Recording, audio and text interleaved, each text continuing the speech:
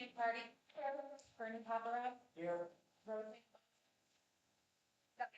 Travis Dunlap. Gordon McCormick. Michelle Watkins. Here. Aaron Epcot. All right, approval of our minutes from April 6th, 2026. Second. Discussion. Roll call. Bernie Paparat. Yes. Michelle Watkins. Yes. Gordon McCormick. Aaron Epcot. Yes. Tony Van Carter. Yes. Bills and expenditures. Any questions or comments on the statements, guarantees, and loans and spreadsheet? Nothing has changed. I only printed one, so it's nothing changed. Yeah, nothing's changed. Yeah. Okay. Report of officers, committee, and staff. Anything from a fund plan committee? No? Okay. All right. We have a public hearing evening for Lennar Homes. We'll be presenting a So for my benefit and everyone else that's here, I'm just going to go through the process of a public hearing and how we handle that. If you choose to speak during public comment, please stand and state your name and address for the record, and you'll address the board when speaking. I'll open the public hearing, and then Lennar will present their petition. Once they're finished, I'll ask for public comment, and we'll start with in favor and then opposition. Once you've had a chance to make comments, if you choose, then there will be an opportunity for rebuttal by the petitioner or the board. And then once that has closed, we will have discussion as a board. I'll close the public hearing, and then there will be a decision. All right, so I'm going to open the public hearing. And whatever, if you'll introduce who's with you, and tell us what you've got. I will. Thank you very much. My name is Todd. I'm an attorney from Valparaiso, and I'm privileged presenting a planned unit development, which is a residential subdivision, but it's PUD, a planned unit development. It is a rezoning under Indiana law and your ordinance as well. I'll explain that a little bit on what I do, and you correct me if I'm mistaken. The land that we're talking about is 27 acres, and it's probably one of our interesting parcels because it's bounded on three sides by significant rights of way. The southern boundary of the property in question is I-94. The western boundary of the property is Indiana 149. Is essentially Haglund Road. There are a couple homes on the south side that are carve-outs or exceptions to our rectangular square, but for the most part, that's our right-of-way that this property is touching. On the east side, it touches the subdivision to the east, Parkwood Estates. But interestingly enough, only two lots on the south side of Parkwood Estates touch us. There is a large vacant parcel with no homes for the balance of that east property, as you can see. Also, I would note that when Parkwood Estates was platted, I believe the intent was for the road to extend westerly into this property. We have not picked that connection up. The cul-de-sac right of way extends all the way to the property line, and there is no home on the very end of the cul-de-sac that you would normally see. And you know, being in this business long enough, I know that it was intended for that road to continue. We did not pick that up. And my sense is that those two homeowners are appreciative of that. They probably don't from the road. So I think that's a benefit to those two homeowners particularly. That's about this.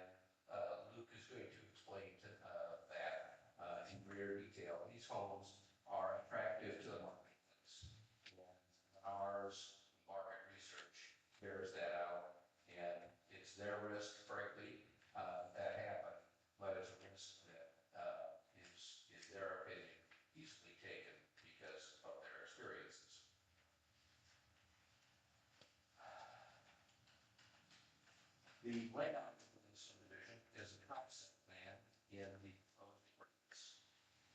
The process for planning the development is that this is the first step. I mean, technically, there was a step prior when we began to come to you. Today, this step had to come here, but the plan commission process is the first step in a planning and development and in any zone. And as you well know, you're advisory to the town council. So you're going to hear public comment.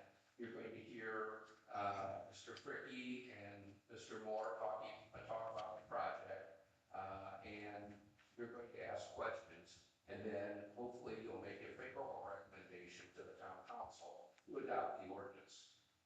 The ordinance is a form that we have filled out, but it's a pretty extensive document, and you have a copy of that. There are several exhibits, including home locations, legal descriptions, and then a very detailed description of what your ordinance calls variances or deviations from the R residential zoning to what we're proposing. That's all laid out in the ordinance. So once we have a decision from the planning commission, again, hopefully a favorable recommendation, it goes to the town council, and they will then consider the ordinance and may or may not hear public comments at their discretion. And at that point in time, if the ordinance is passed, we then have zoning consistent with that concept plan. We have to come all the way back to you then, another public hearing, to plat the subdivision consistent with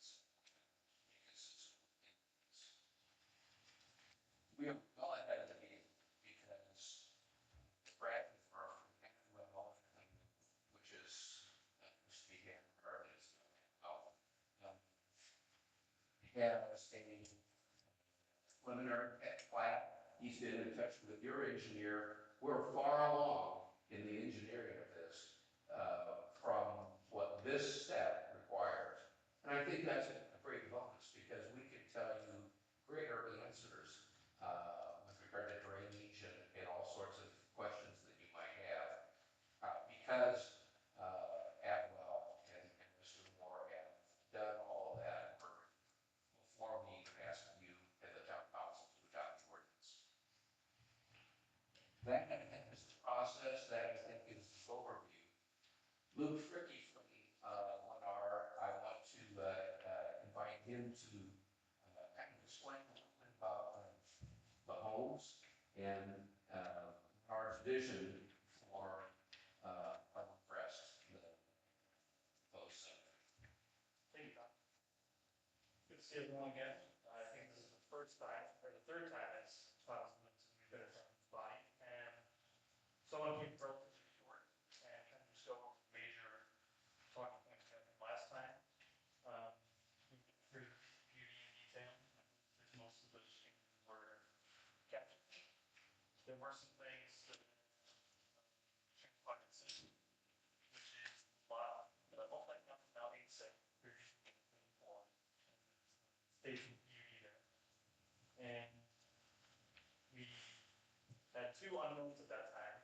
Parkport, which we were set to meet Mark, and the Porter County Drainage, which we already had a meeting with your advisory staff, to which Todd Daisy can correct me if I'm wrong, but it was a production meeting, and we went on two options: a reduction of that easement or a total vacation of it. They do not know what route they would take, so we would ask your approval condition upon that next meeting being taken. And then obviously the next step would for us to be fully designed said project, because they won't approve or disapprove a partially designed project. So they won't see a completely designed rather than language more on needed, but that would also be a conditional ask.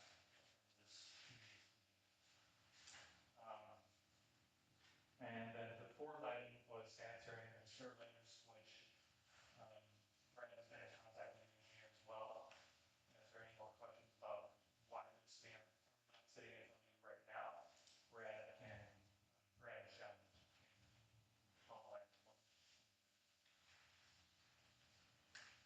my thought is that those are details that would be more appropriate for the second step, if you will, the primary plat when we come back. Those are engineering details. This is zoning. It's a little bit of a 30,000 foot level. We have a great benefit, as I said, of a lot of engineering. The reason why the Porter County Drainage Board, Stormwater Management Department, can't give us an answer is frankly, they don't know because they've never been asked to completely vacate a right of way, or at least the current staff. So they're checking with their council and to determine whether or not they can vacate the entire section within our 27.5 acres, or whether they simply want to reduce the easement to allow for the development as we have and make it a drainage rather than 160 feet wide, basically, if it. So that's what Brad, you have, Brad, Brad.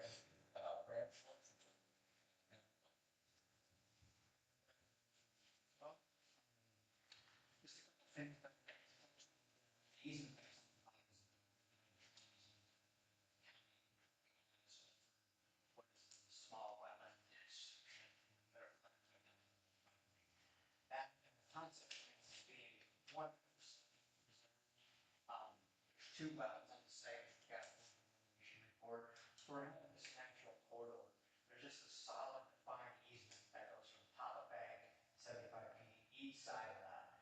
And you can see in the plan, that corridor is maintained. We're just trying to get it reduced to what's actually needed for maintenance of that particular waterway. There's been some town improvements, storm sewer in Hagland that has relieved some of the flow that went that way, but the flow basically, believe it or not, starts to our east and goes up and around, goes up or it used to, up and around down towards the interstate. With the storm sewer improvements that the town has made, there's really no water that's tributary to that east except for what flows on that particular site. When they're speaking of the engineering that we've done, we opened to this for and it's making sure that we look at the engineering far enough so that that concept plan in front of you and the ordinance says in front of you can actually be delivered. That I can engineer it without coming back to you and saying, oh, we can't provide detention, we can't provide sanitary, we can't, do it. So we've looked at all those, and that's a small engineering plan set preliminary, but it addresses all the big ticket items that you would see at the planning commission level. As far as the Will Serve, I know I filled out the EPA application, and I know that I think it's by Indiana's statute that you can't promise, if you have 86 home sites, you can't promise it's first come, first served. But I was told that the capacity is there, and that the signing of this permit, along with the final engineering plans, would show the support of the sanitary district that the capacity is there. It just can't be guaranteed until you submit a building permit. So that was just kind of a liability. And then I think one thing on the land plan, just a clarification, the cul-de-sac that's there, the right-of-way goes up to that. We're planning on making that connection. To have a through road there, it just makes sense. And I think that's why that particular subdivision didn't have lots abutting that cul-de-sac, because it was never meant to be a full cul-de-sac, it was meant to be a temporary turnaround. So that connection will be made, I think, for bubbles there. I think what we'll have is just radiuses going from bubbles in, and then we'll be done. Just,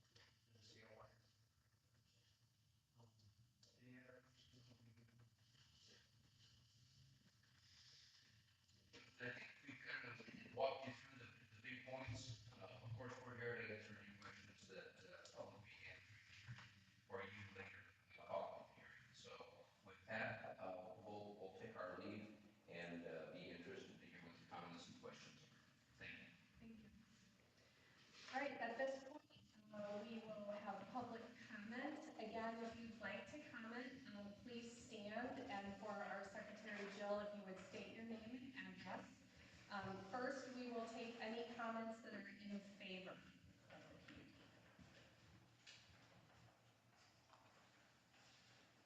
All right, and second, any comments in opposition?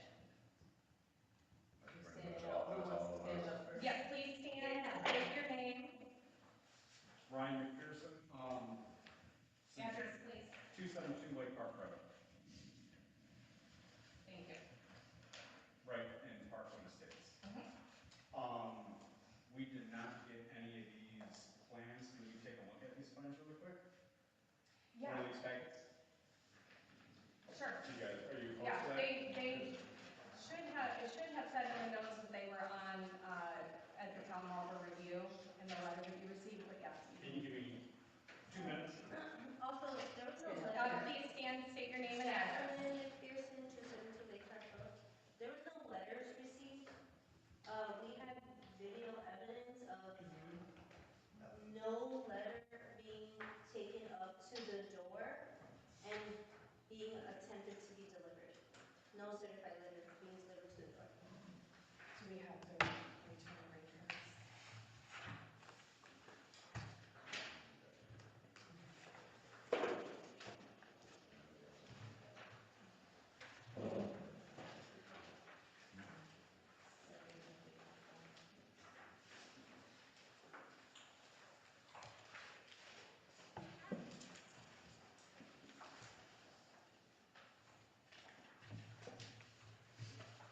This is all the one you received back.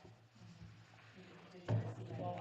I have 3 more, I think 3 or 4 more. Yeah, that was not put in my mailbox at all, but my neighbor does have a video evidence of that not even being attempted to be delivered to the door. Just to be clear, our obligation is to correctly mail and post them through the United States Postal Service as certified return receipt requested. We are not obligated to deliver them. That's the Postal Service, obviously. And I do have some that were received recently. We are just addressing that. Okay, any other comments? Dustin Weaver, 275 Lake Park Road. So it doesn't take a rocket scientist to look at this and see that that's obviously a full-blown cul-de-sac. Our houses wouldn't be set all the way back just for a future road to go through in the future. Doesn't make sense, but anyway. So we paid, and so did Todd and Ken Notzel. They're across the street, I think at 273, they couldn't make it. But those guys and us paid an additional $5,000 for a premium cul-de-sac lot. Oh, So really?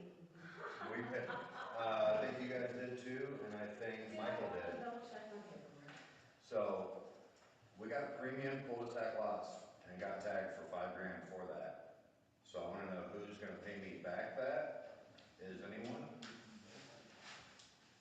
Who tagged him $5,000? Olaf, the builder, Oh, wow, okay. because it was a cul-de-sac lot. I mean, and it's obvious that it's a cul-de-sac and not ever meant to be a blown-through road.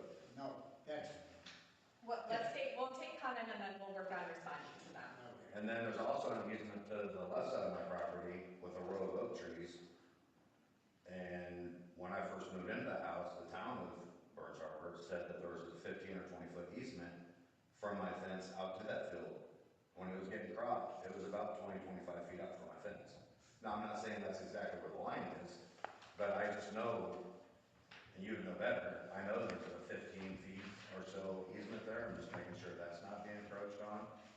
If it is, do I get the same opportunity to purchase that easement that obviously they are if they're encroaching it? That's all I got. But I'm the guy that's not that excited about you busting through my cul-de-sac. And neither are the people across the street that also paid the premium price to have a cul-de-sac lot. So at this point, looking at the design, we have essentially 3 separate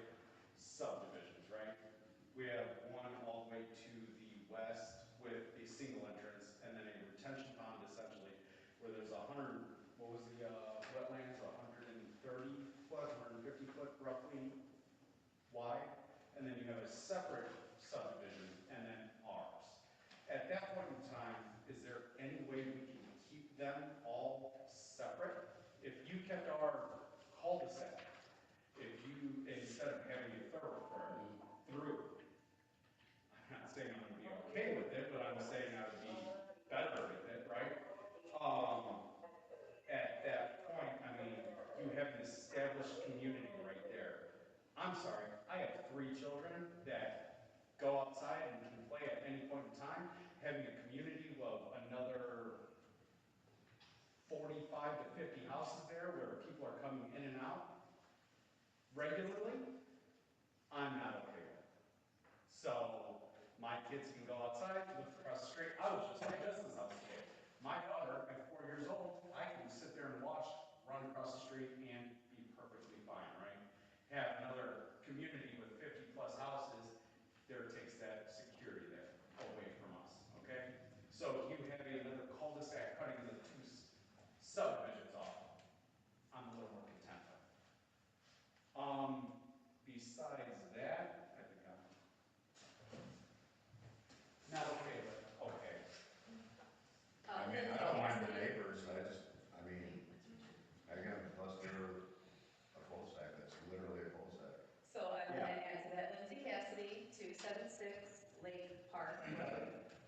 So I know this is no one's responsibility here, but Alta, our builder, did lead us to believe that they were going to finish this cul-de-sac.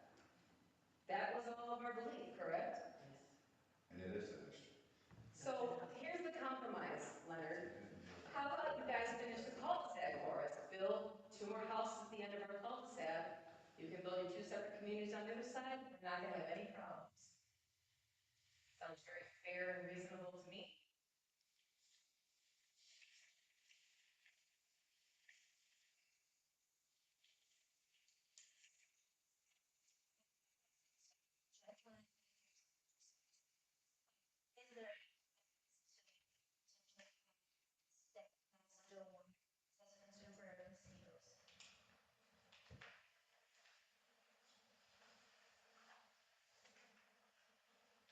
Any other comments in opposition?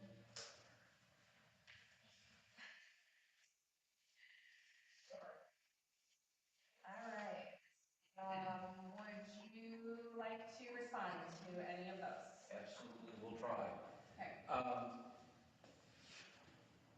This is a challenging site for a couple of reasons. One, 27.5 acres is generally a small site. It doesn't provide for a lot of flexibility. But the open space in that little drain that Mr. Moore talked about is probably the most significant feature, certainly natural feature of the 27.5 acres. And it does divide the property.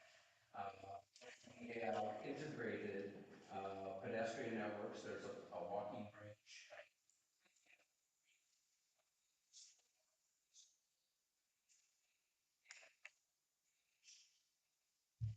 In a master, but the road connections are not simply because we don't and can't cross that legal drain. If it's vacated, it still provides a drainage way that we have to maintain, and providing a road over that creates stormwater problems. So that's why we've designed the subdivision with 2 sides, if you will, east and west side, that are traffic-wise distinct and independent. Brad, can you address the detention pond and mosquito issue, please? Yeah, the final details of the detention pond, if it's gonna be a wet bottom or a naturalized bottom, has yet to be determined. It's shallow bounce, so, more than likely it'll be the combination of both normal water level and a wetland type plantings, which is what surrounds it. Thank you.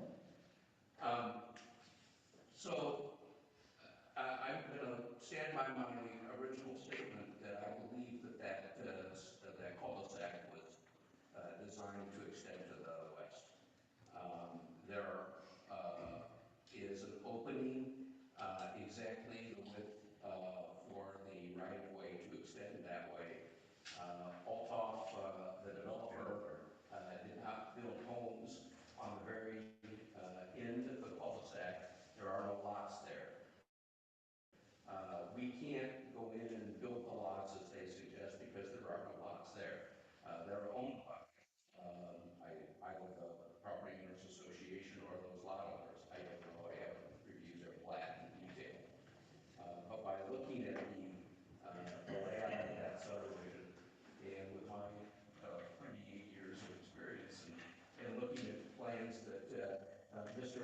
designs and others like him, I know exactly what the purpose of that cul-de-sac, hugging the property line with the no homes there, and only the bubble. It was intended to be allowed to extend. Doesn't have to be, but it is. With regard to their, those two homeowners at the end paying a premium, they do have a premium. They've had a premium since they purchased. Now we come along and take away the privacy of a cul-de-sac. They don't have a cul-de-sac. But that's not our doing. We're simply doing what good planning suggests, and that's picking it up for its intended purpose when it was originally platted. I think I've touched on all that. Mr. Weaver, I'm not sure what easement you're referring to. I'll be happy to look at that letter for right now. So I'm still baffled how you don't think that's cul-de-sac, what you said? I'm sorry. I didn't hear what you said. I don't believe that the cul-de-sac was intended to be a stub or not continue on. Okay, so why wouldn't the house be in a line? Why wouldn't my So house and the Nelson's house I'm be in going to a line? interject here. We can refer to the minutes from the meeting when Parkwood was established, and I believe there is a conversation about the intention of that cul-de-sac. It's in the minutes, it may even be on the plat at the town hall on the first. We can look into that for sure, and see what it was intended. I mean, here nor there, I mean, me and the people across the street are still out the money. It don't matter how long I've used it, that's what I pay for. It's like just because I buy a brand new car and I put 0 miles on it, I pay a premium because of whatever trim package it is. It depreciates. It's gonna depreciate, but not be worthless. And And who knows, it might be worth double if I keep it long. I understand and I sympathize with your How many position. sympathies? I need my money. My client and the county didn't create the Yeah, well, situation that you bring here. No one's accusing you guys of Nobody's that. getting it.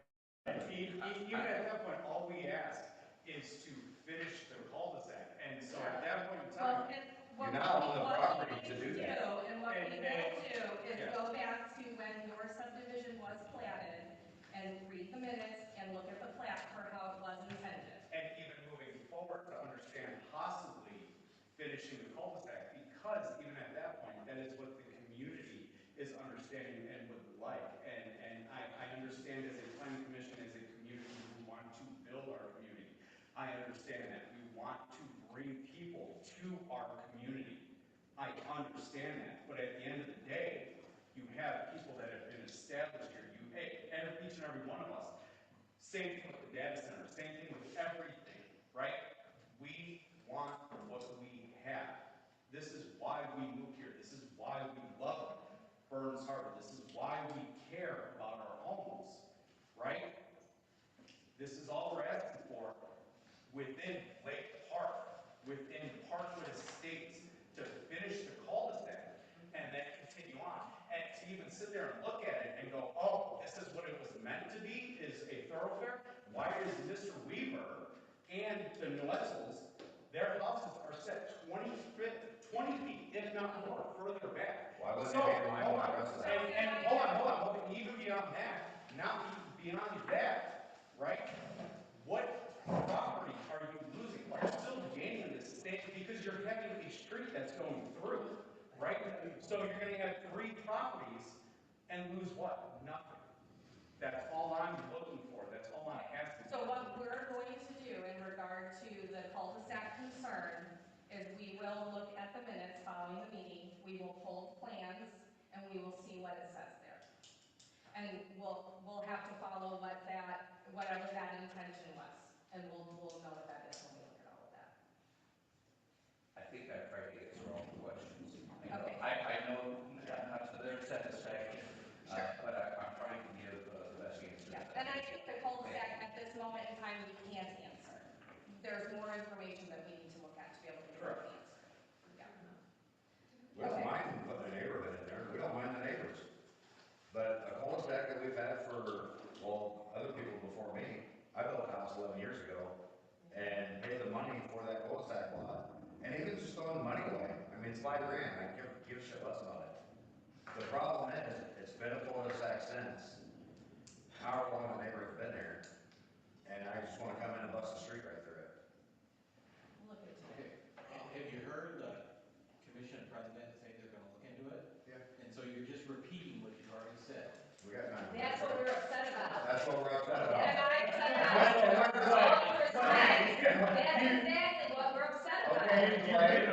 How are we gonna know in the next meeting about this? Hello? Okay, So Dustin, just a minute, please. if I could, Just a minute, please. We will look into the cul-de-sac. I hear you loud and clear that it was not your understanding that it would be a through. I do not have an Yeah, if answer I at remind this me, point we in went time. over this twice. So my name's Andre Hatami. I reside at 4035 South 300 East, Knox, and I'm with Lennar. I came in late, so I'm in the back here. But I completely understand your concern, and looking at the GIS, I can see the parcels are a little goofy there. So my position at Lennar, with our land team is acquisition, but what I would be willing to do is share my number, and then work with y'all, because I understand it's a very frustrating situation. So I can try and maybe put you in contact with the right folks over at Altoff, that you can bring up any discrepancies you might have. And then that, and then that way you have my contact information, so as we move forward in this development process, any ways that we're able to accommodate, sometimes communication is key. And that goes a long way. And what I will say is, someone from the region, from the area, this is a fantastic town. And at the end of the day, I have a lot of friends, a lot of family that work up in Burns Harbor at the mill there. And they're driving from Portage, they're driving from Lowell. What this is doing is it's creating a valuable, development that's gonna help bring new families to the community. And I think at the We're end, all about the new families. We have no problem with the neighborhood. We're not fighting that. of course, yeah. We're just, if you ask anyone in the neighborhood, you live in there, how's it gonna be in December? With that many more people trying to get through your intersection? Yeah. We just don't want, we If you want, want to have a green card, he's offered to give. all I'm saying is, help those neighborhoods.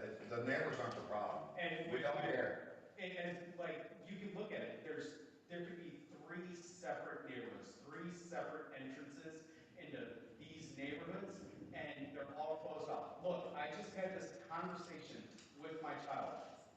You have a kid my age, right, our kid's age, where how far are we from the highway, right? 90 seconds, less than 90 seconds. Somebody comes driving by the bus stop, grabs one of these kids, within 90 seconds they're on the highway. By the time I call the police, where is my child? I don't know. So, you keep these communities closed, you keep them more secure, you keep the people within the community more secure. I don't care about the people that are coming in, right? I care about the secure, bring them in. And at the end of the day, it brings more to Burns Harbor. It makes it more valuable, it makes it more sustainable, right? I get it, it makes sense. But this is why we all moved here. Thank This you. is why we're all. Clay, I have a question for you in terms of the green cards. So is it up to so we have, It's so we currently have, said their obligation is. they mailed it, so they went to the post office, did the mailing, and then it's up to the US Postal Service to deliver. Under state code and under town code, all they have to do is to mail within the 300 feet of their border of what they are developing. So if the post office, the person delivering the mail in this neighborhood is not taking them up, but clearly these people found out about it, they're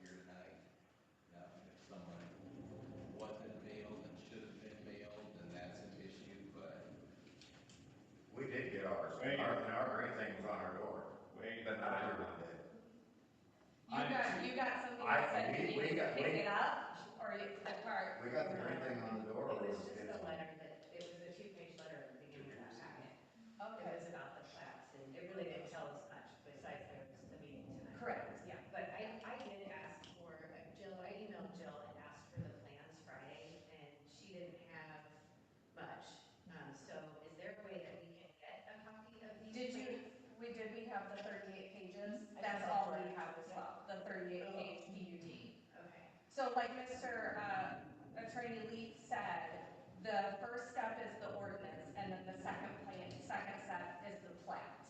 So processing this first is the first step. So if we wanted to see the drainage plan or the easement. That would plan, be that's next. next. It's not necessarily done yet. Yeah.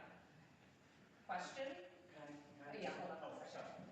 Oh, I'm within the 300 feet and never received any. Okay, all right. So, okay, thank you.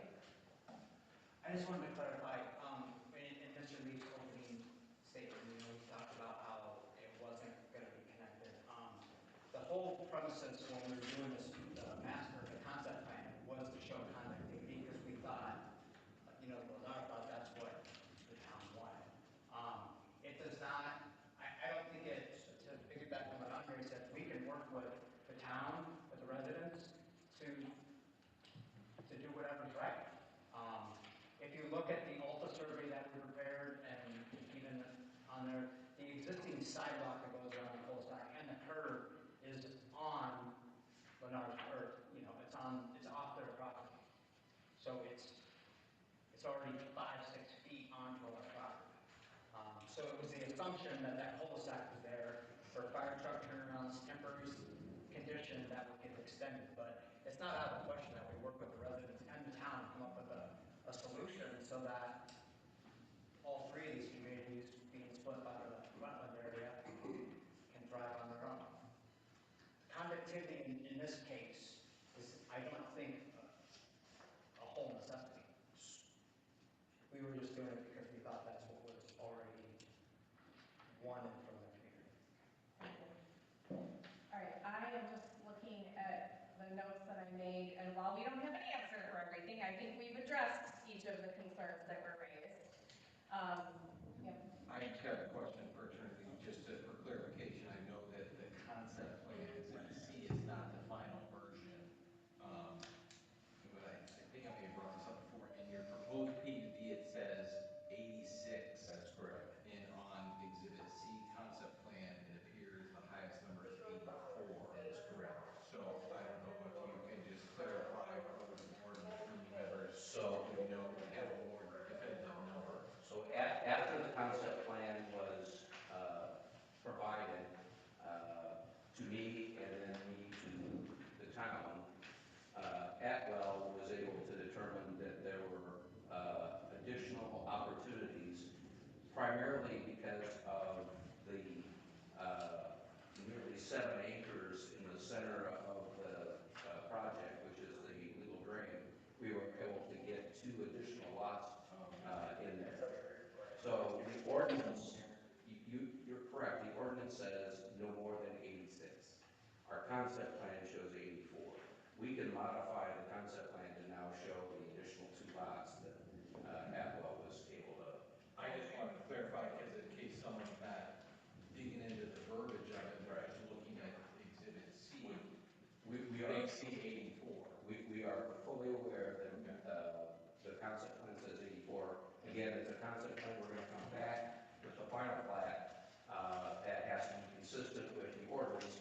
And I think the number 86 is in the ordinance about 4 times. Okay. So I think we're clear of that. But again, we can provide a new concept plan with that 86 number.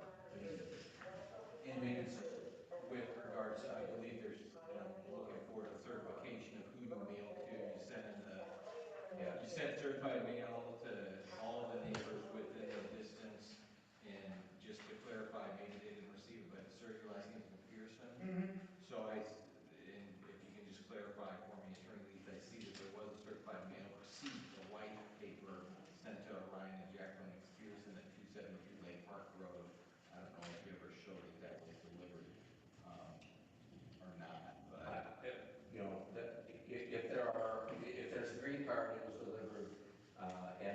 we only had, what, 5 green cards.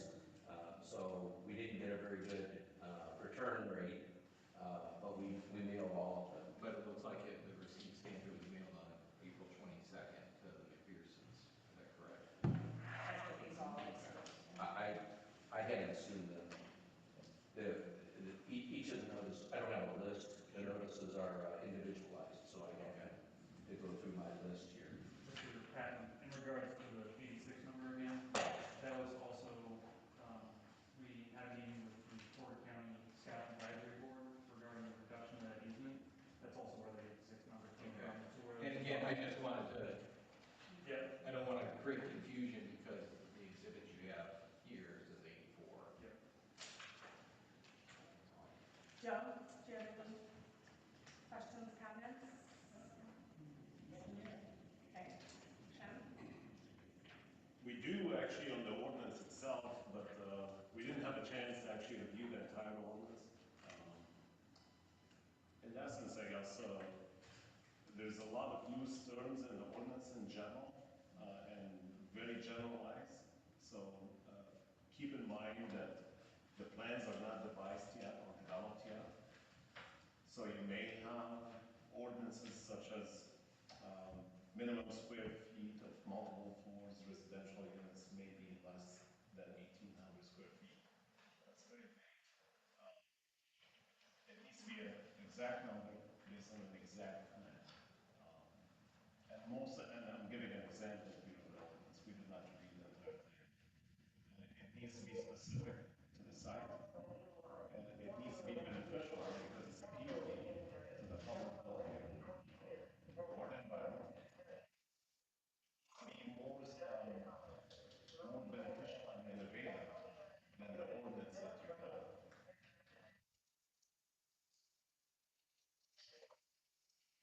As far as concerns, this might trigger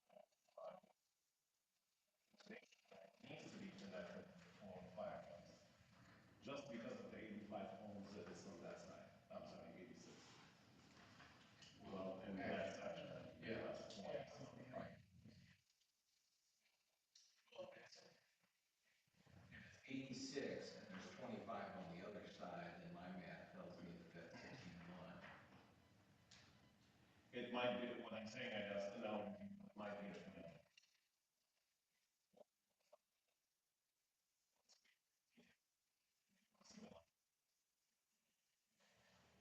Clay, did you have anything else? Gordon?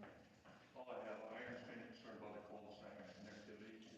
Every new subdivision in this town, for example, the village of High on the Blue Road, which is a dead-end road for 60 years, they use it as an additional exit out of the village. The village tied into the harbor trails, same thing, they're all tied together. Babcock Road, Cortlands and Trail Creek, tied together. I was on the plan commission when that cul-de-sac was put in, and I'm sorry that you guys were, in my opinion, misled on charging you $5,000 more, but that's a simple issue, you see the density code, okay? On all those connections that you just named, every one of them, the last house is in line with the house before, and there's no cul-de-sac there.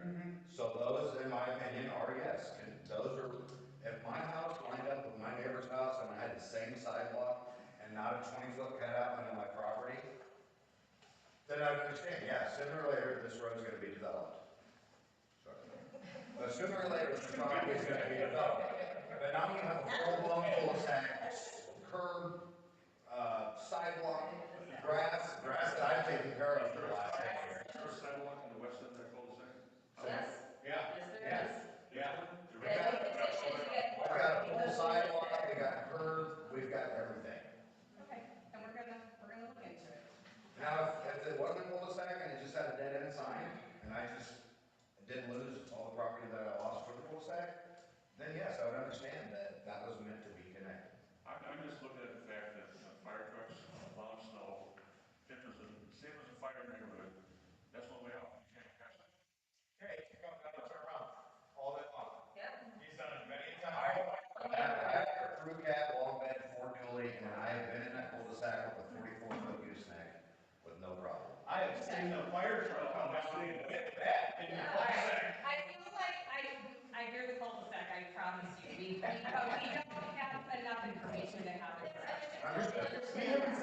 Yeah, may I just say, and I'm sorry, Alderman Holmes, this isn't really about you, but you really are the proverbial last straw for us.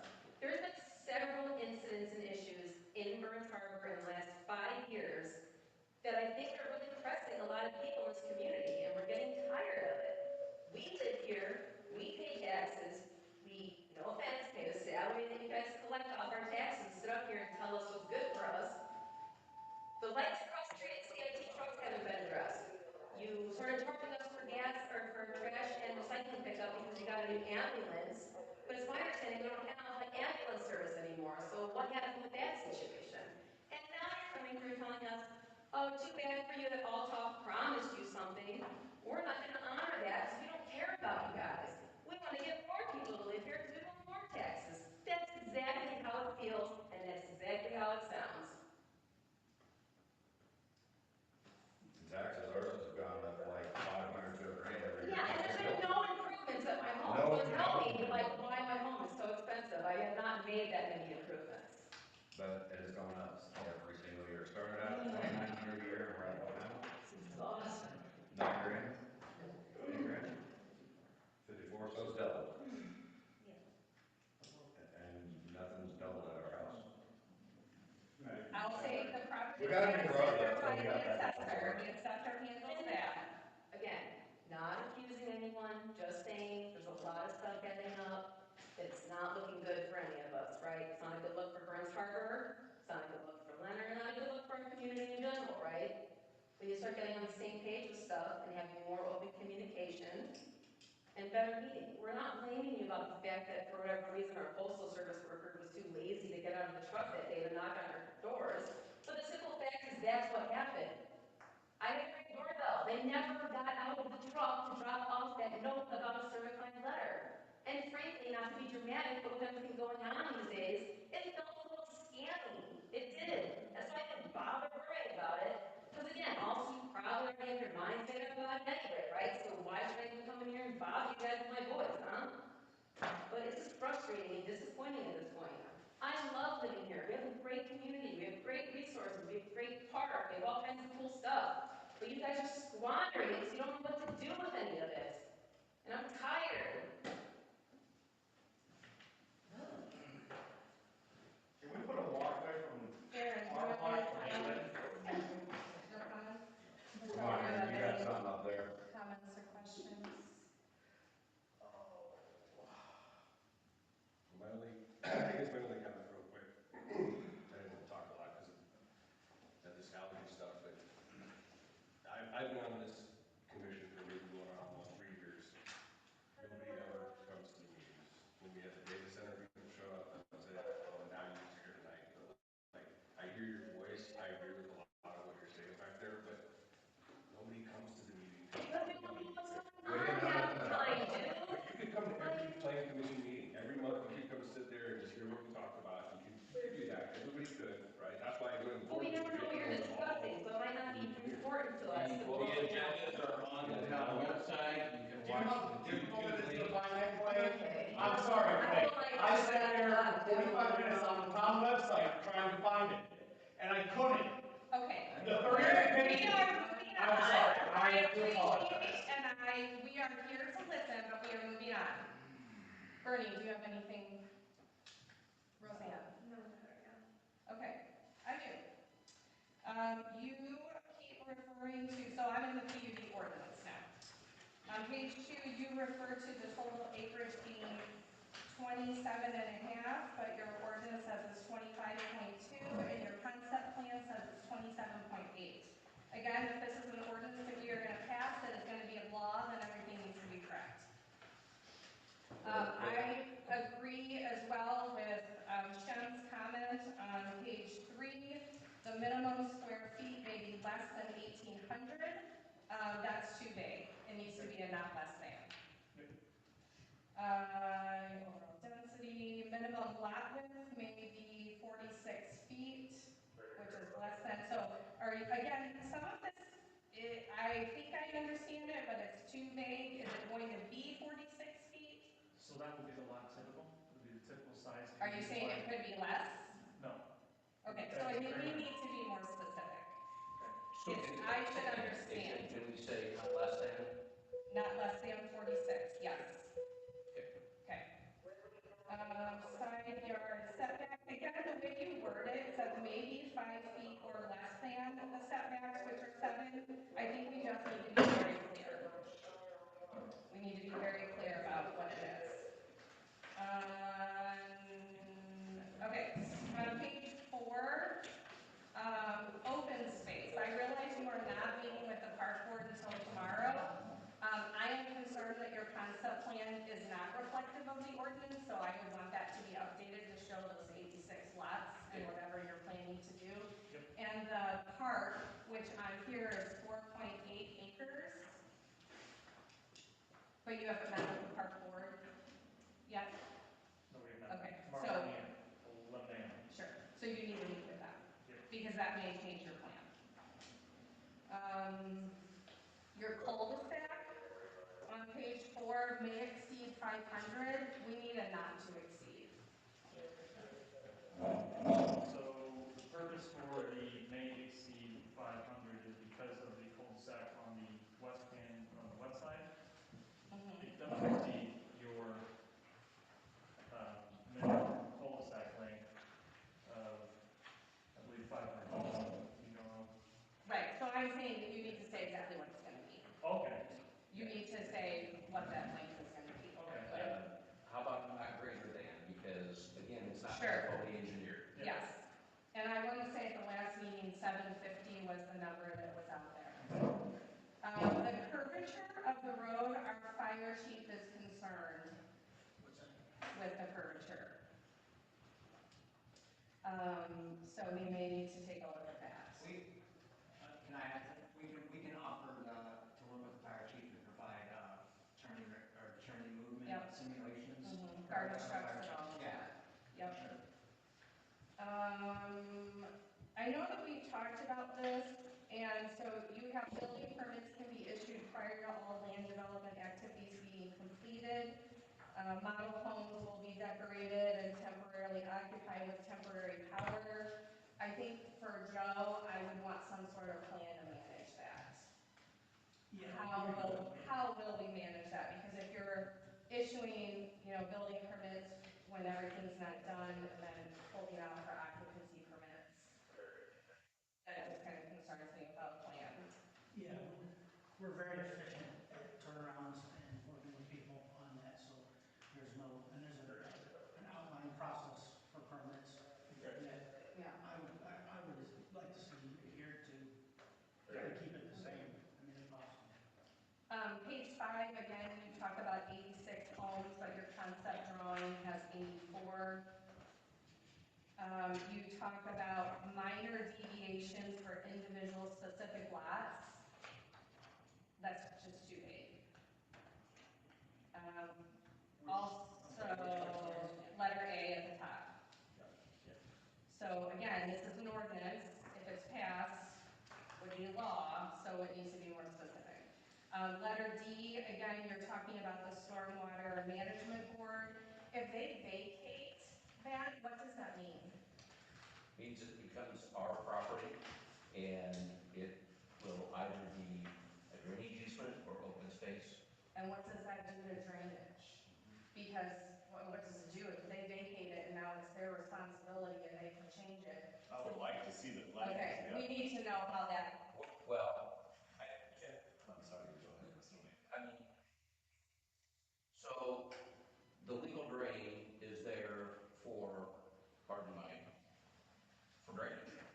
And if the stormwater department, which is the drainage board in Porter County, vacates it, they no longer have any jurisdiction or obligation to maintain that. The homeowners association will assume all of that as those responsibilities. That's the way I think the department, the county wants it to work. And will the it county consider our input? absolutely. If they vacate that, I'm very concerned about drainage, where it's going and the impact. If the HOA were not to maintain that. So, and I understand that, and the stormwater department's long-standing policy, and it's a pretty stringent policy is just that, they would rarely vacate. The problem is, for them, is they didn't even know this drain existed, the staff did. It's on their plans, and you know, when we filed our paperwork, they thought it was a typo because they'd never heard of the Well, drain. this has been vacant for Exactly, 100 and it's so short.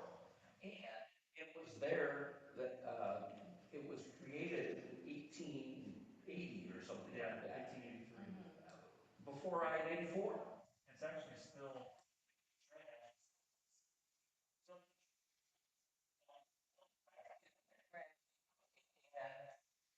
The hydrology doesn't extend for the short distance that the drain exists. The hydrology doesn't make it from beginning to end.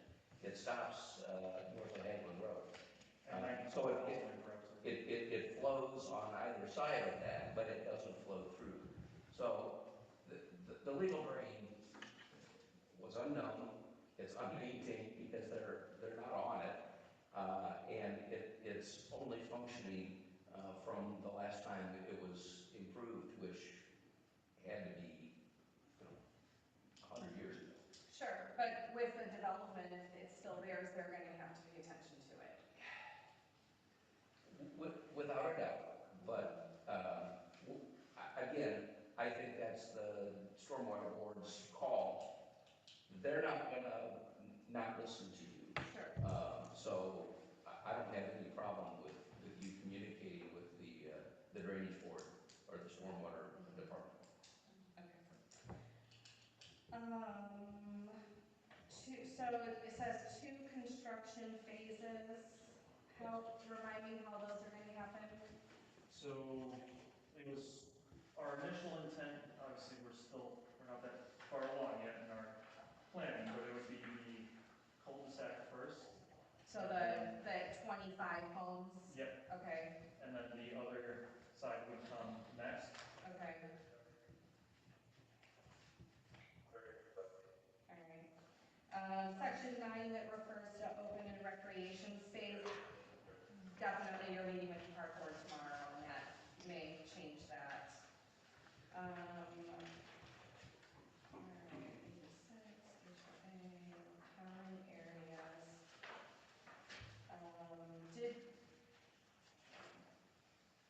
So in terms of streets, since it's going to be a long cul-de-sac, or that's the proposal, are you intending that people would park on the street?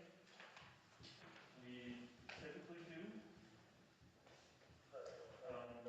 If the goal, the question there is for like possible no parking zones, we can do that to help facilitate, I think we would need to talk to all of our services to make sure that everything's wide enough to get through.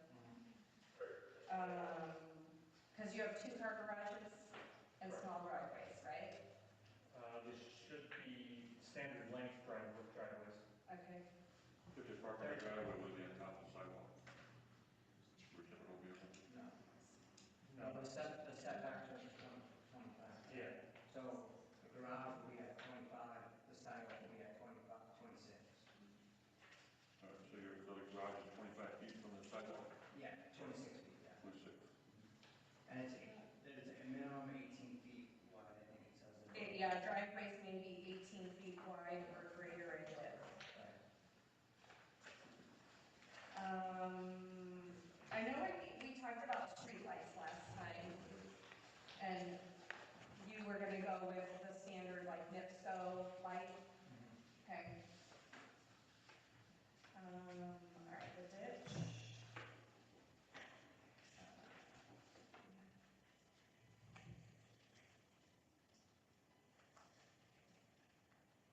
Yeah, all of your references to open space again, once you meet with the park, that might change.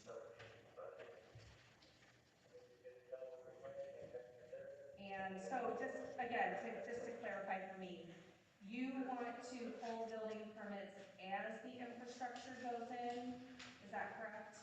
So once it's in, you're wanting before it's all done? So once there are,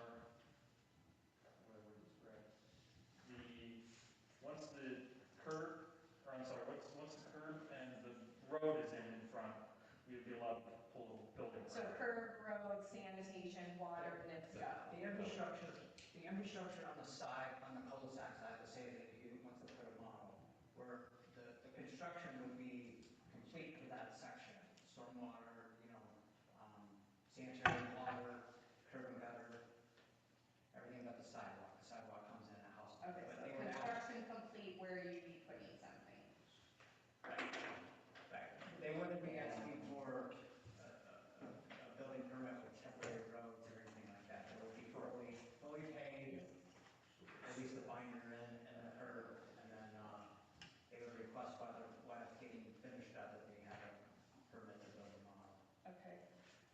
I heard you ask Shem about the allocation letter from sanitation, so you definitely need to have that. Do we need that at this stage or at the plat stage? Well, I mean, here's what I'm gonna say. Again, this is an ordinance. If we approve this, we're essentially saying it's approved. Whether You're you saying have. this, I'm sorry. No, go ahead.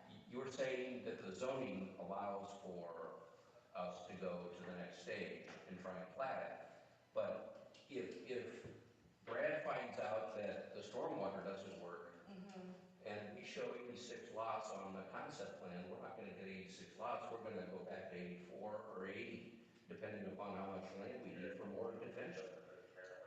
You're not telling us that we absolutely can build 86, and you're not, the ordinance doesn't say that we can build any if we don't have utilities. That's my take. That's, if it were zoned residential, as it is today, and we wanted to build a subdivision, can we force you to approve the plat without sanitary because we couldn't get a? No, but I think this is Of a course. special circumstance as well, doing an ordinance, a PUD. I think you're saying what's in here is what you intend to do. And we agree. Yeah. We'll work to get the will served, but I'm telling you, it's my opinion that you're not locked in to approving our plat, just simply because we have an ordinance that says it's a PUD.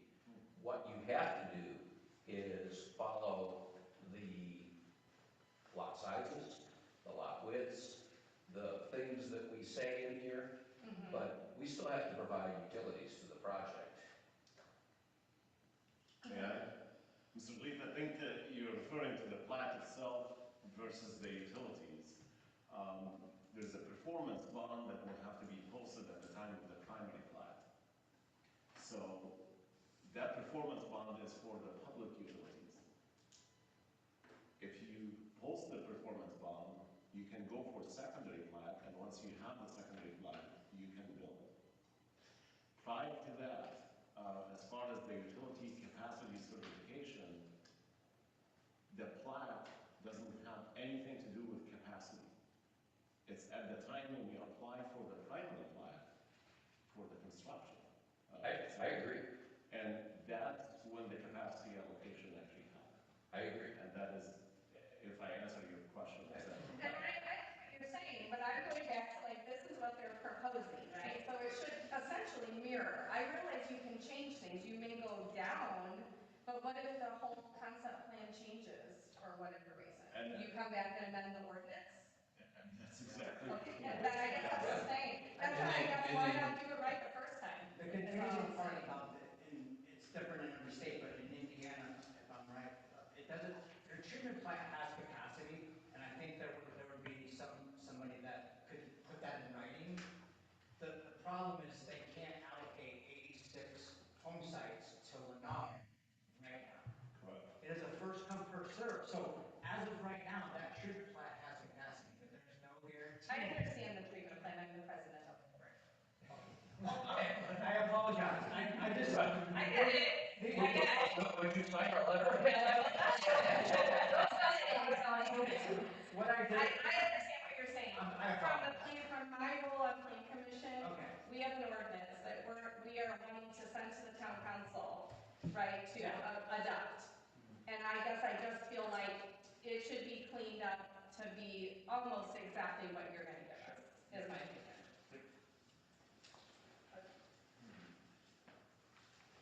I think that aside from the concept plan, again, not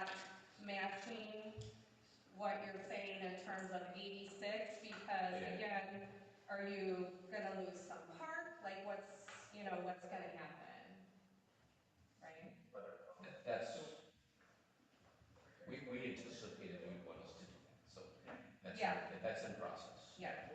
We'll have an updated color rendering that matches the 86 lots, including the future preliminary plan. Okay. Yeah. Did I understand you to say the sidewalks are going when the lots are sold? If that's the case, we don't want to get hooked in like we have before. There should be a time limit that in case this lot isn't sold, you will put a sidewalk. Well, I think with the ProAg now, right, we can't finish, a subdivision can't be finished if all the sidewalks aren't done. Everything needs to connect. Is that right, Joe? Yes, if it's publicly accessible. Yeah, but we got. So federal, well, correct, you are right, but federally, right, 10 years. right, federal law now though, it has to be completed. So I would imagine a secondary plat that would potentially be, or I'm sorry, when you're asking to accept, that we would expect. It'll be part of the performance bond of that Okay. certified estimate, yeah. It'll be an item. Okay. Yeah. Yeah, it's just not done when we get hooked again. No, right, Just sidewalks. Yeah, it's in the way of construction with the state farm. sure. I mean, well, just a heads up, sidewalks, all the sidewalks have to be done whether you sold the lots or not. Is there a time frame to that? I don't, honestly, I don't have an answer to that, no, I don't know, Okay. yeah. It's the primary plat, I'm sorry, I'm gonna. No, thank you. It's partially the answer to your question, but the primary plat has 2 years expiration from the time it's approved for the infrastructure only. As far as the homes, that's correct. It can go on. Correct. But the 2 years, it's actually the commencement of the construction. Okay. So they have to finish, and the performance bond, it's actually, usually it lasts 5 years, and bonding company will not bond it. Gotcha. So my point, I guess, that hopefully the maximum within 5 years, the subdivision will be ended, Okay. infrastructure wise and roadway wise. But if it's not done, they would They would have have to to- renew the bond. Correct. And most likely, the bonding company do not like to bond something for more than 5 years. I would, so, being as ignorant to this as possible, right? The initial builder, right, has to put in the infrastructure, right? The developer, yes. The developer, right? So the developer would be responsible for the infrastructure, for the sidewalks, for all of that, right? Well, the builder of a home would put in the sidewalk when they do the home, but if there's empty spots, then yes, it would be on the developer to fill the empty spots. Okay. The distinction here is Lennar is both the builder and the developer. Okay, Which, for the entire project? Yes. Because we 100%. have, 100%. we have multiple builders within our nice, wonderful little subdivision, so I have. So just, Any other discussion from the board? So to clarify, currently, it's not Lennar's intention to sell off these lots to other builders. it's not their intention, and it's not their business model. I have a question. Is there a Lennar subdivision nearby? There's quite a few. The closest one would probably be Swanson Trails in Portage. So you can see similar sized homes. Is there one right, isn't it on airport, right there by? That's another one, yes, Brookside, Preston Trails. Yeah, Right across from the high school in Portage. Right. I can show you the address of it after it's done. All right, anything else from the board? Lennar, do you have all of our comments? We were scratching notes furiously. And you can also rewatch it. Now, there you go. Yep. Thank you, Jill. Okay, I am going to close the public hearing. And so now it is up to us to make a decision. We have 3 options.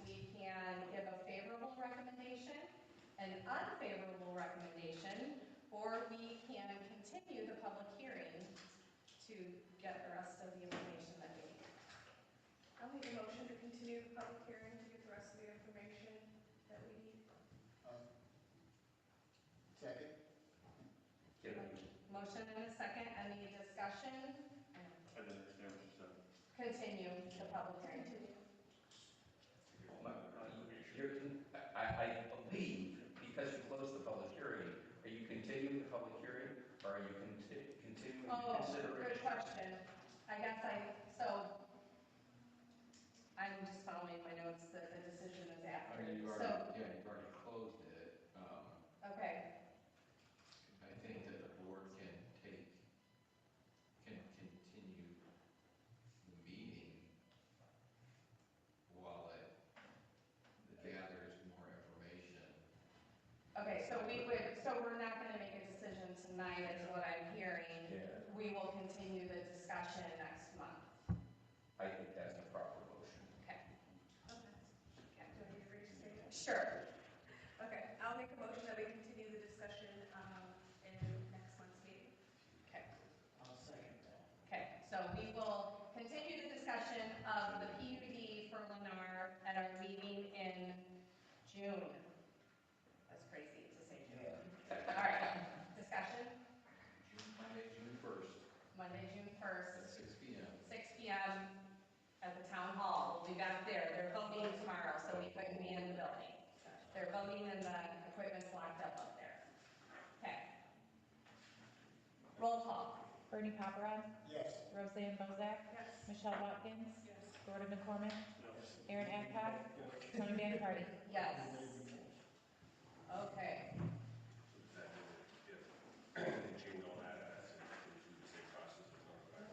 That's a good question.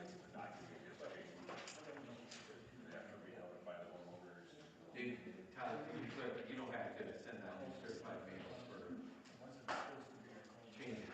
No. So everybody has been properly, in my opinion, everybody's been properly notified. Can we stop all the side conversations, please?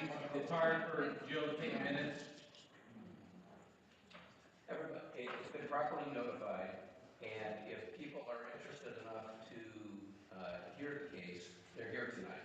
Okay. So they heard June 1st, they heard possible changes, we'll come back, you'll have new ordinances revised, and you can discuss that, and you can explain it to the folks. If you want to, take again, more comments, you're free to do that. But there's no reason for us to, and that's why I was kind of a little bit quibbling about the wording of your motion. Sure. I didn't want to make my client have to go through the cost of publishing it in the newspaper again. No, I appreciate that. If I hadn't closed it, we could have continued it. Every one of those letters is nearly $11 if you're Yeah.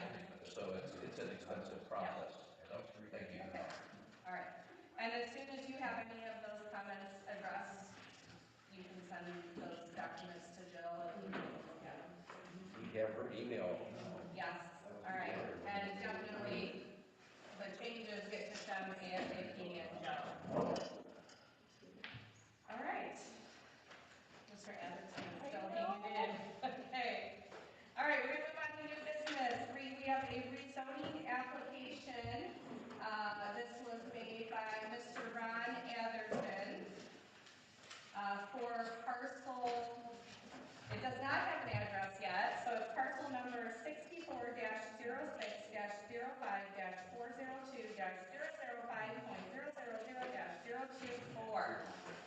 He has completed the application and he has paid, sorry, our next guy is on a Zoom from out of state, so he might not hear us.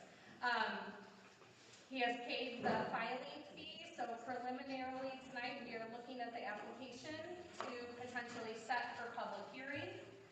Mr. Atherton, are you on?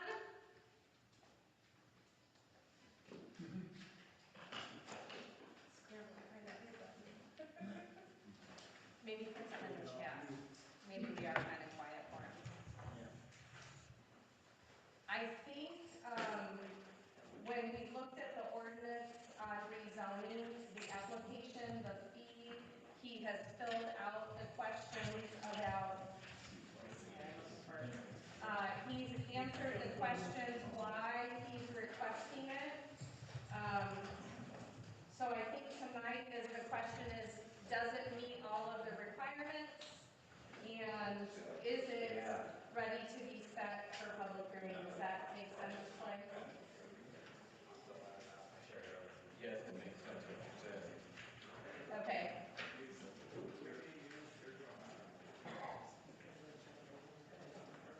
Okay. His phone was supposed to come on and help him. Okay. If I need to, I can have Michelle call him. Or somebody call him. I'm doing Otter, so I can send her, Oh, yeah. which might be best. Clay, it would be okay if we call him, right? Set him on speaker? Okay. I think so. He's in, where is he, Arizona? Texas. Texas, okay, all right.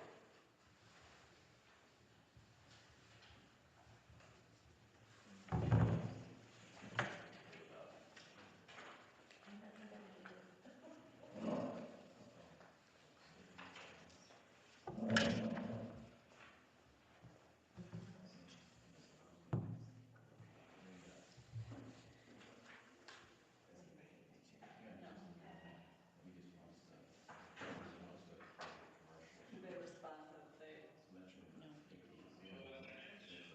Hi.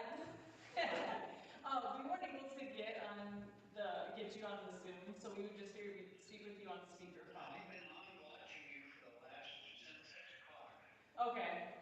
Could you hear us now talking to you on the Zoom? The microphone is on, can you hear me now? Yes. Not through the Zoom. Oh, not It's not through on. the Zoom. It's not on. He's still You're muted. still muted on your Zoom. Okay, I don't know what to do, I don't have this much. It's okay, we'll just keep, We want to put the,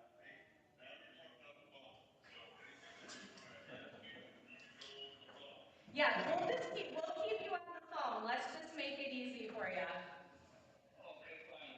Okay, Thank you. you're welcome. So we just talked that you had turned in your application for rezoning and you have paid the filing fee.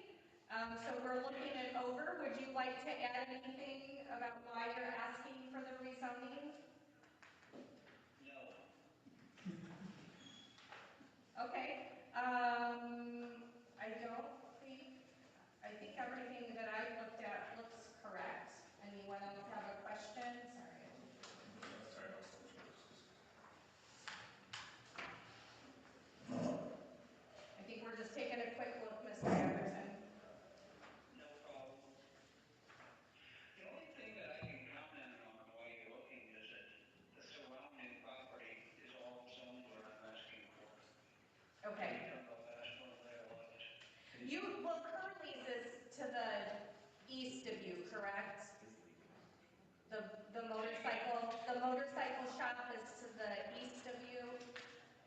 Yes, it is. And then there is, Properties that we have, yes, and then there is residential to the west. yes. Okay. And is Curly's RC2 or? Curly's is RC2, everything on that side of the highway is.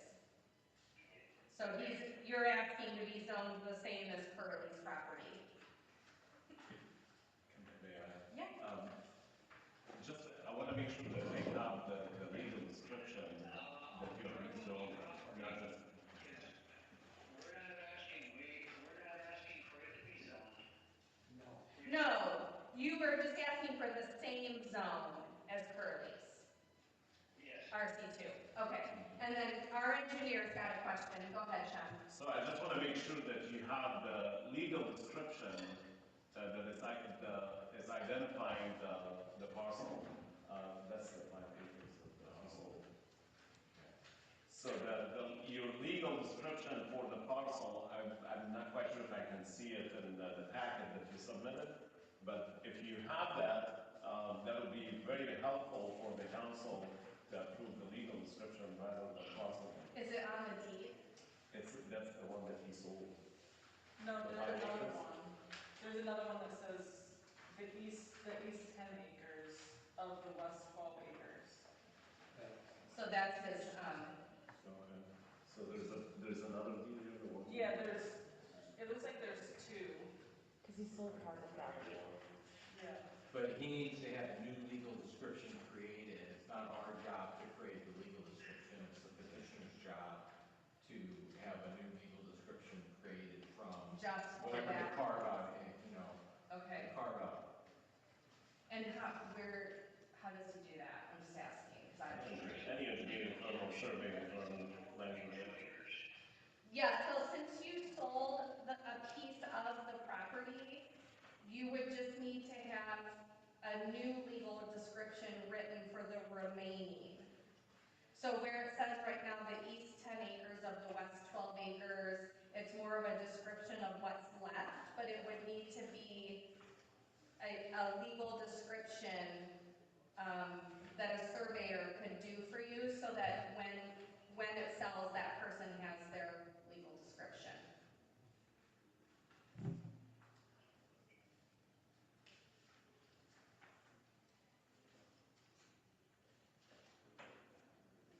Was there any?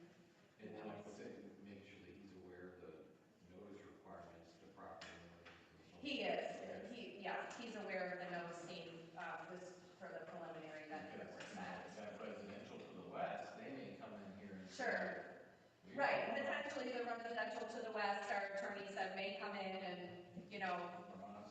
remonstrate against that, but I think, does everyone, do we agree this is an order except for a new legal description of the property that's remaining? Yes, we would be very happy to provide you with the proper legal description. Thank you.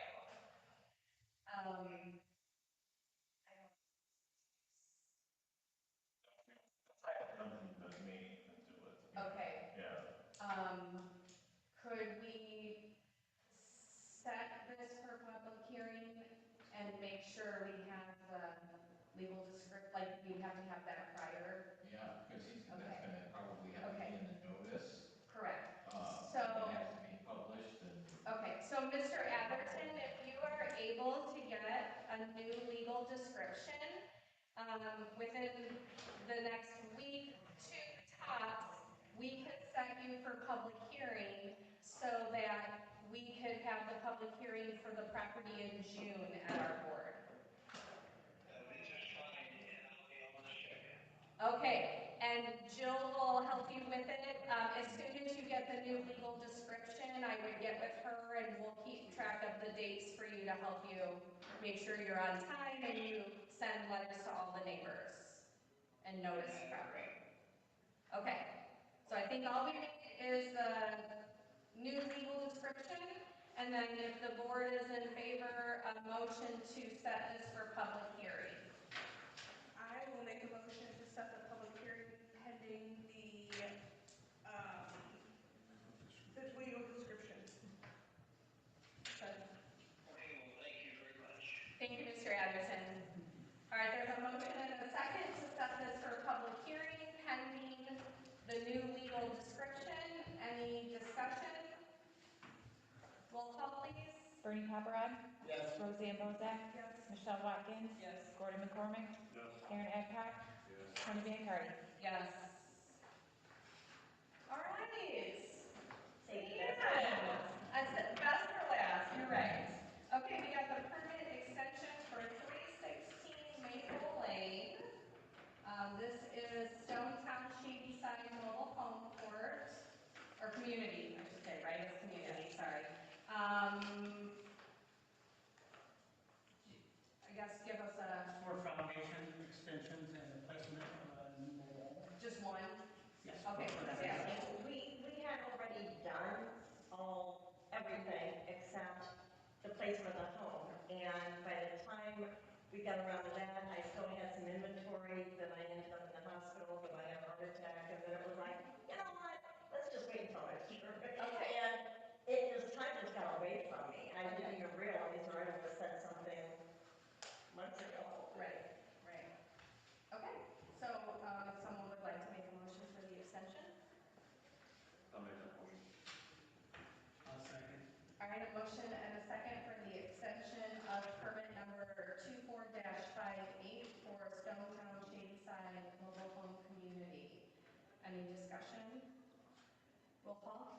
Roseanne Bozak? Yes. Michelle Watkins? Yes. Gordon McCormick? Yes. Aaron Eckhart? Yes. Bernie Copperhead? Yes. Tony Giancardi? Yes. All right, code book amendments, it's always gonna be up there, so we don't lose sight of it, because we have a whole spreadsheet, right, of things that we're working on. One specifically that Joe believes is ready to go is just cleaning up language for license fees, making it clear, that a contractor license needs to be, you need to have one, sorry. In the town, so you need a business license and a contractor's license, and so Jill provided my email, that section 6.1, the first paragraph would just clean up, instead of listing the specific fee there, it would refer to table 4, or 15.4, which is where we keep all of our fees, and then the second paragraph is addressing the contractor license, correct? And again, what? Michelle and I are just wondering if we need to get licenses since we're businesses that are conducting. Yes, we'll open the office tonight and we'll take your cash. Yes. No, you're good. Joe will be there on January 1, 2027 if it's not on, if it's not on the pad. No, actually, I already ordered it today, so I know. Yeah. I'm gonna be a little presumptuous here, but I just wanna make that. You're good. Yeah, thank you. Thanks. Okay, no, thank you. The rest of the ordinance that follows section 2 and maybe one more page is, not changing. So unless someone has questions, I'm not a fan of like one-offs on ordinances, but I think this clarity will help him in his office make sure people are, doing things properly. And some of the other ones are gonna take some time, so if someone would like to make a motion to set this. I have one question. Will this take care of the violation? For what?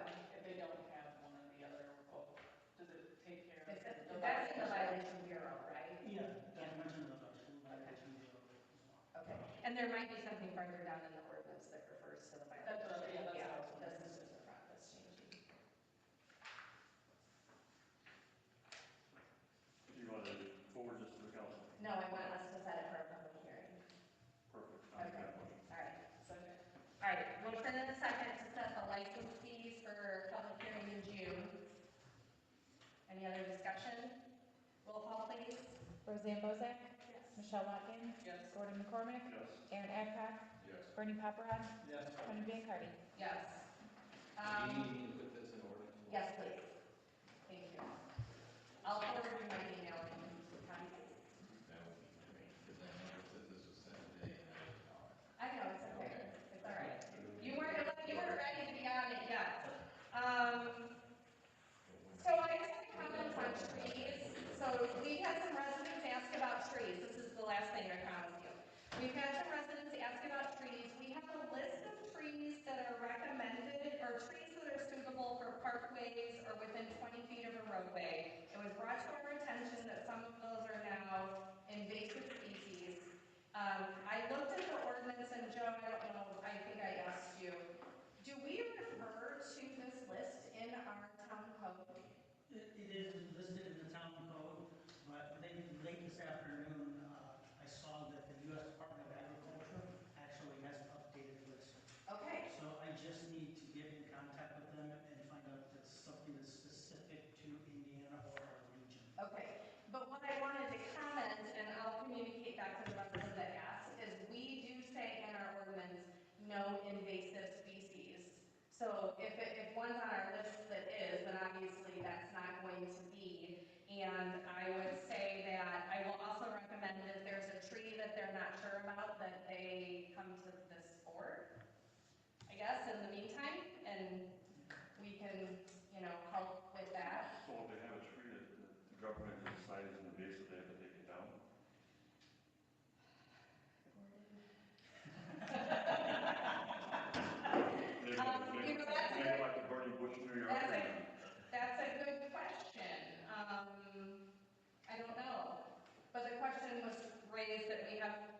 issues on our list that we are asking them to, follow that are invasive. I can understand if they're too close to the road or the parkways.